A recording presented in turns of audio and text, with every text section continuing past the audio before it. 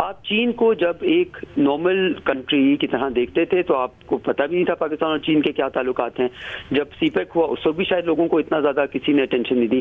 جب آپ چین کو ایک تھریٹ کی طرح پرسیو کرنا شروع ہو گئے, اور جبکہ ہمارا اندازہ, ہمارا انالیسس, بلکہ آج فارن افیئرز میگزین میں بھی ایک بہت اچھا آرٹیکل چھایا ہوا ہے جس میں لکھا ہوا ہے what does China really want, اور اس میں بھی یہی کہا ہوا ہے کہ چائنا ملٹری سپریمیسی نہیں دیکھ رہا. China what it seeks for itself is economic well-being, and for those around it, it seeks infrastructure development. But obviously South China Sea جو کہ اس کا اپنا نیبرہڈ ہے, اس کا اپنا بیک یارڈ ہے, وہاں پہ وہ اپنے آپ کو تھوڑا سا ایگزرٹ کرے گا. It's only natural for a country which has the highest exports in the world. ان کے ابھی 3.6 ٹریلین پہ ہیں, امریکہ کے شاید 2.4 ٹریلین پہ ہیں. I'm talking about total exports to all of the world. جب ایک ملک کی اکانومی, ایک ملک کی ٹیکنالوجیکل پروگریس, ایک ملک کی ability to be in space, to have AI, not supremacy but equivalence in some ways, تو یقیناً تھوڑا کچھ تو بدلے گا.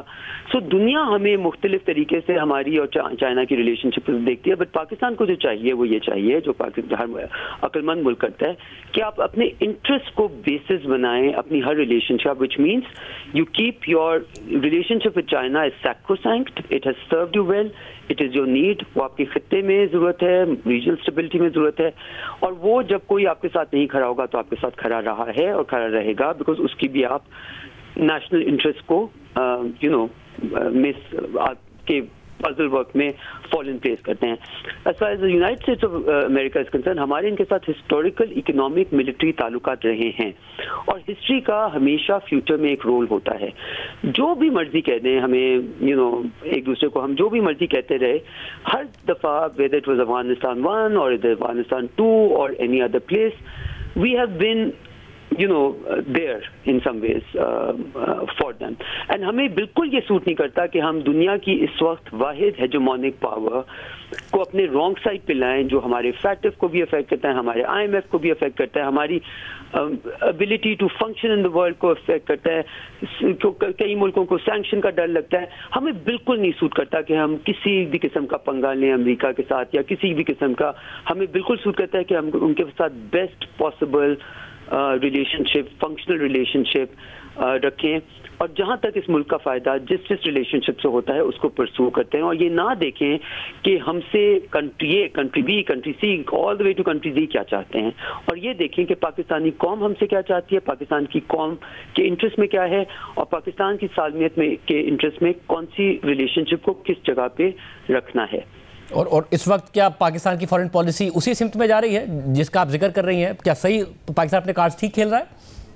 دیکھیں, آئی تھنک میں تو اللہ پہ بلیو کرتی ہوں بہت زیادہ, اور صلاحیت پہ بلیو کرتی ہوں, اور محنت پہ. اگر یہ تینوں چیزیں اکٹھی صحیح چلیں, جو کہ آئی بلیو اس وقت چل رہی ہیں, تو Pakistan has a very very very unique opportunity. ابھی آپ دیکھیں جو KSA اور پاکستان کے بیچ میں پیکٹ ہوا, اس میں شاید ایک خدشہ سیریس اینالسٹ کا سیریس خدشہ تھا, اور وہ یہ تھا کہ کیا یہ ایران اسپیسیفک تو نہیں ہے. اور جب ایران کے president United nation general assembly کے اسٹیج پہ کھڑے ہو کے, پوڈیم پہ کھڑے ہو کے یہ کہتے ہیں کہ he welcomes the pact between two friendly Muslim countries, it tells you that the world has changed. It's only people who don't have the ability to look at the world and analyze it in the real current context and tend to impose historical past over it, who don't see کہ دنیا میں tectonic shifts آ چکے ہیں. اس وقت جو situation ہے وہ اسی وقت کو جھانچنا چاہیے, یہ نہیں دیکھنا چاہیے کہ کس کے بڑی رائیولری تھی, اور اس وقت everybody is in a new world. اور یہ جو ایک total American sort of net security provider کا رول مڈل ایسٹ میں تھا وہ ختم ہو گیا ہے, اور اس کی وجہ سے مڈل ایسٹ میں خود اپنی ذمہ داری لے کے not only with Pakistan packet but Iran کے ساتھ بھی جو نارملائزیشن ہے یہ بھی اس چیز کا ایک حصہ ہے. اور Pakistan should not overplay its cards at all. ہمیں چین سے سیکھنا چاہیے, وہ اپنی انٹرنل کوہیژن کو اور اپنی انٹرنل ڈیولپمنٹ کو سب سے پہلے as the first and foremost priority رکھتے ہیں.